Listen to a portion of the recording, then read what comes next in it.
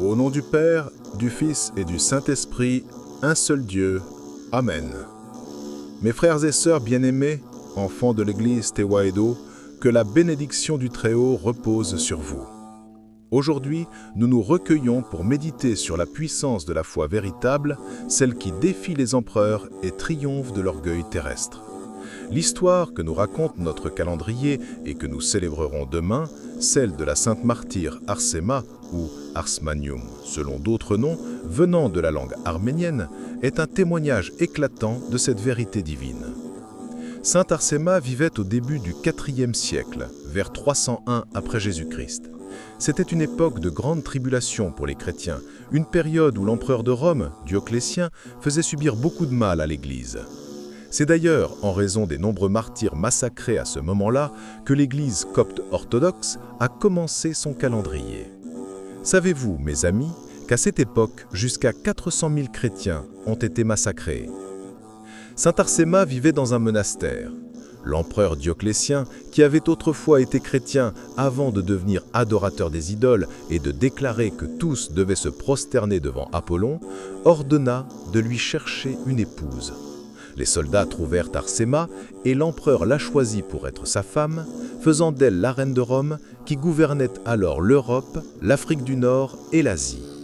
Mais Arsema comprit vite que l'empereur était idolâtre et elle refusa catégoriquement. Elle ne voulait pas être la reine pour devenir l'épouse d'un adorateur d'idoles. Fidèle à la promesse faite à Dieu de rester nonne au monastère, elle s'enfuit avec ses amis vers l'Arménie pour échapper aux soldats. Hélas, les soldats la retrouvèrent et le message fut envoyé au roi d'Arménie. Tridate lui aussi fut captivé par la beauté de la sainte et voulut l'épouser. Arsema refusa de nouveau, car le roi d'Arménie était également un idolâtre. Face à son refus, Tridate usa de menaces et massacra ses amis. Il la soumit à d'horribles souffrances, lui arrachant même les yeux. Après sa mort, son corps fut dispersé dans la forêt pour être dévoré par les bêtes sauvages. Mais aucun animal n'y toucha. Cependant, la justice de Dieu est immédiate et infaillible. Le roi Tridate devint soudainement fou, son visage changeant comme celui d'un animal. Cela nous rappelle une histoire ancienne, celle du roi Nabuchodonosor, qui, dans son orgueil, parla de la mort et s'attribua la gloire de ses accomplissements. Écoutons la parole de Dieu, tirée du livre de Daniel. Le roi prit la parole et dit « N'est-ce point là Babylone la grande que j'ai construite comme maison royale, par la force de ma puissance à la gloire de ma majesté ?» À cause de cet oubli de Dieu et de cet orgueil, la parole était encore dans sa bouche que la voix tomba du ciel. La royauté de Nabuchodonosor t'est retirée. On va te chasser d'avec les hommes, tu auras ton habitation avec les bêtes sauvages, on te nourrira d'herbe comme le bœuf. Et il fut chassé, mangeant d'herbe pendant 7 ans, jusqu'à ce qu'il reconnaisse que le Très-Haut est le maître de la royauté des hommes. De la même manière, le roi Tridate fut puni pour avoir massacré les saints. Son visage changea, il devint comme un cochon, un animal sauvage. Ce n'est qu'après qu'il eut regretté et qu'il fut guéri par l'intercession de Grégoire l'Illuminateur, tiré de la fosse, qu'il donna gloire à Dieu. Il se fit baptiser et devint chrétien. À partir de 301 après Jésus-Christ, il déclara le christianisme religion officielle en Arménie.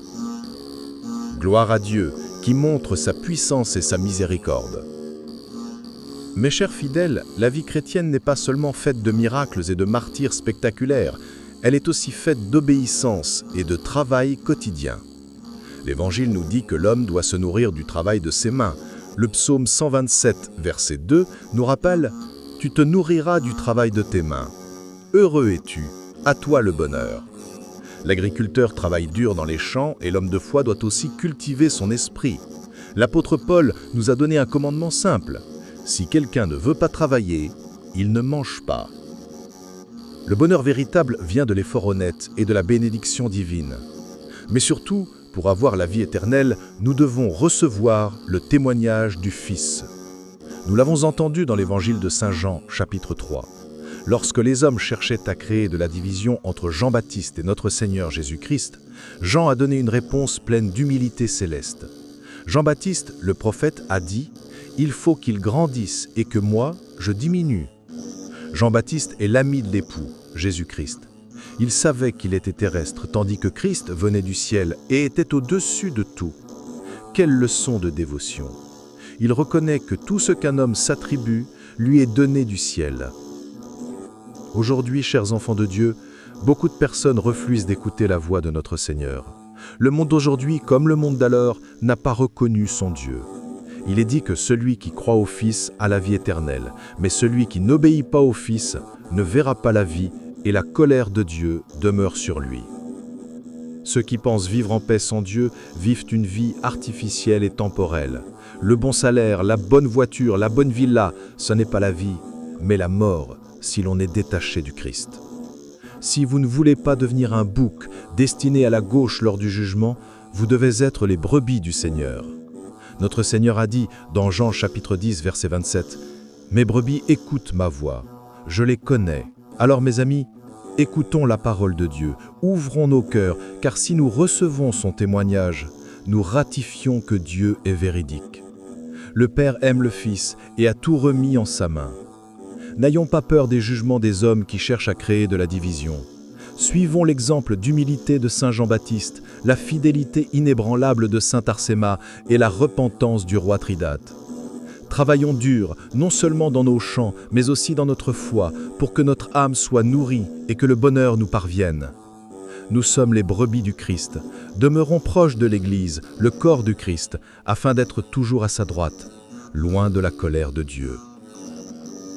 Que le Seigneur nous donne sa bénédiction et nous accorde la force d'écouter sa voix chaque jour. Amen. Gloire soit au Père, au Fils et au Saint-Esprit, un seul Dieu. Amen.